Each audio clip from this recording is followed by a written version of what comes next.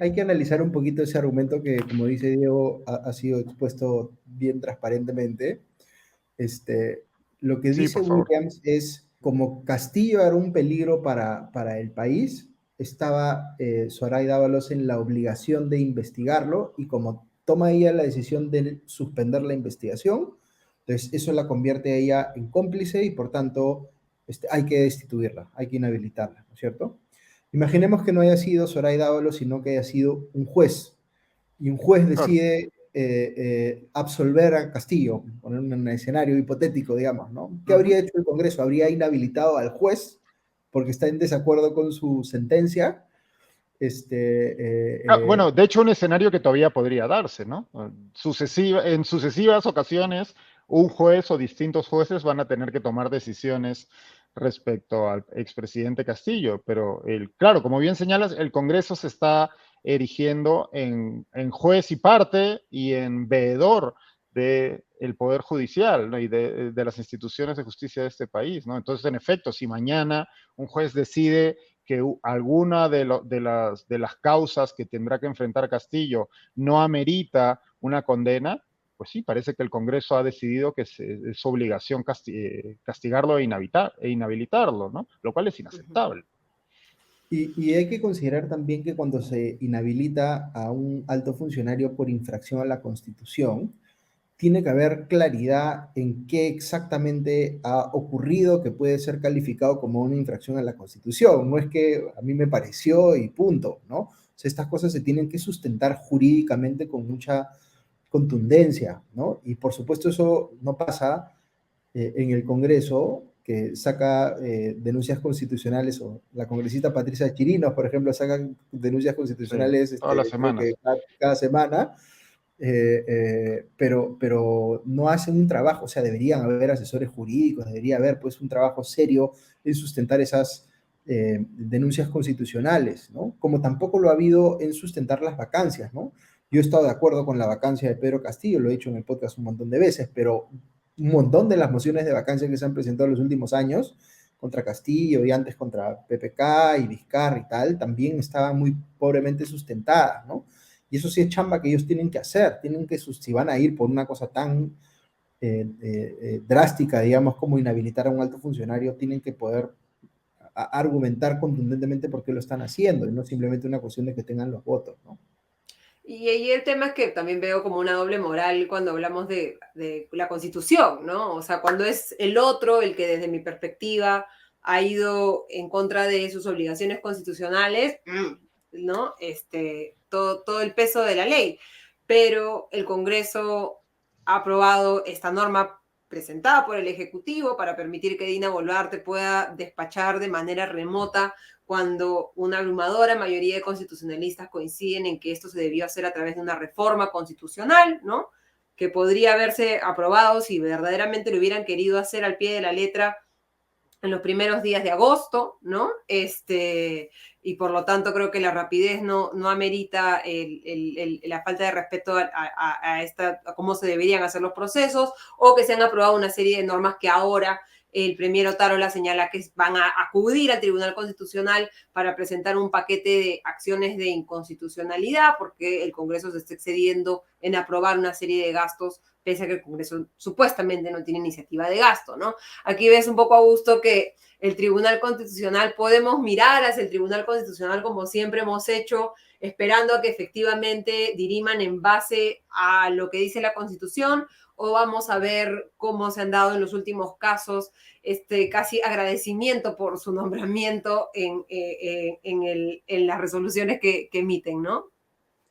Pero fíjate, Ale, si, si el Congreso ha aprobado esta norma visiblemente inconstitucional a mi criterio, que le permite a Dina Boluarte o a cualquier presidente despachar de manera remota, entonces, ¿qué hacemos? Inhabilitamos a los congresistas, ¿no? Por una infracción a la Constitución. Ellos también han cometido una infracción a la Constitución al aprobar esa ley, digamos, uno podría decir, ¿no? Estas cosas no se deben manejar con ese nivel de ligereza, ¿no? O sea, si el Congreso aprueba una ley inconstitucional, la solución a eso es que alguien presente una acción de inconstitucional, que vaya al Tribunal Constitucional y que el Tribunal Constitucional se la baje, la derogue porque está en sus competencias poder derogar una ley vía una acción de inconstitucionalidad, o que un juez decida inaplicarla utilizando otra figura legal que es el control difuso, que le permite a los jueces inaplicar una norma cuando es violatoria de la Constitución a su criterio, ¿no? En ejercicio de su potestad jurisdiccional, ¿no? Entonces, sobre tu pregunta del Tribunal Constitucional, hay, por supuesto, muchas suspicacias sobre si el Tribunal Constitucional es realmente autónomo o en cierta medida responde a los intereses del poder legislativo que ha colocado a 6 de sus 7 miembros y probablemente coloque al 7º también. Yo no quisiera asumir que todas las decisiones que saque el Tribunal Constitucional van a estar sesgadas hacia el Congreso. Ha sacado varias que ya lo han estado. Pero espero que, digamos, si es que llega este tema vía acción de inconstitucionalidad, lo que razonablemente podría esperar uno, y ya varios constitucionalistas se han pronunciado en ese sentido, es que esta norma sea declarada inconstitucional, ¿no? No tiene sentido, digamos, que se haya modificado esto a nivel legal, cuando en todo caso tendría que haberse modificado directamente en la propia Constitución. Pero no es la primera vez que el Congreso quiere modificar algo regulado en la Constitución desde una norma de rango legal. Ya ha querido hacer cambios a la Constitución, entre comillas, haciendo modificaciones en su propio reglamento, por decir, ¿no? Claro. Entonces, eso es otra cosa que nos sorprende, ¿no? El Congreso empieza a hacer estas cosas y la sigue haciendo y la sigue haciendo porque no hay nadie que le ponga el freno, ¿no? Que es algo que tendría que hacer contundentemente un tribunal constitucional, por ejemplo, ¿no? Ahí el ejemplo que dabas es bien interesante, Augusto, en tu comentario anterior, ¿no? Respecto a lo que decíamos, si el Congreso aprueba normas que son inconstitucionales, entonces, claro, está faltando a su deber constitucional y por ende, siguiendo su lógica, deberíamos inhabilitar a esos congresistas que han actuado de esa manera, ¿no? Cosa que por supuesto es un absurdo, estamos llevando al extremo la lógica que ellos mismos están aplicando, lo cual me lleva también a pensar en otro caso, se nos estaba reclamando, recuerdo la semana pasada, ¿no? Cuando criticamos la inhabilitación del Congreso, que no habíamos criticado cuando fue inhabilitado o removido el fiscal Chávarri, ¿no? Y es que, no, es que al fiscal Chávarri quien lo remueve es la Junta Nacional de Justicia, ¿no? Y eso, claro, lo que puede que uno esté de acuerdo o en desacuerdo con las decisiones que tomen los órganos constitucionales o los distintos poderes del Estado, pero al final del día, una democracia y un Estado de Derecho son procesos. Existen procesos para tomar decisiones y es cuando esos procesos se violentan que se pone en peligro ese Estado de Derecho. Y la crítica hacia lo que está haciendo el Congreso es precisamente que está violentando esos procesos.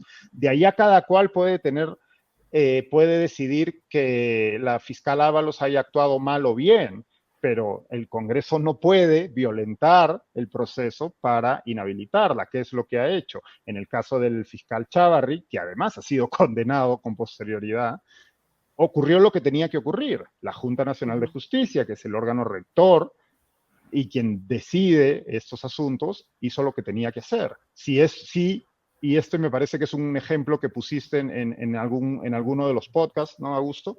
Si alguien hubiera presentado una queja ante la Junta Nacional de Justicia y fuera la Junta Nacional de Justicia quien hubiese tomado la decisión de destituir o inhabilitar a la fiscal, pero si hubiese tomado esa decisión la Junta Nacional de Justicia y no el Congreso, pues se hubiera seguido el proceso prescrito por la ley. Ese es el problema, ¿no?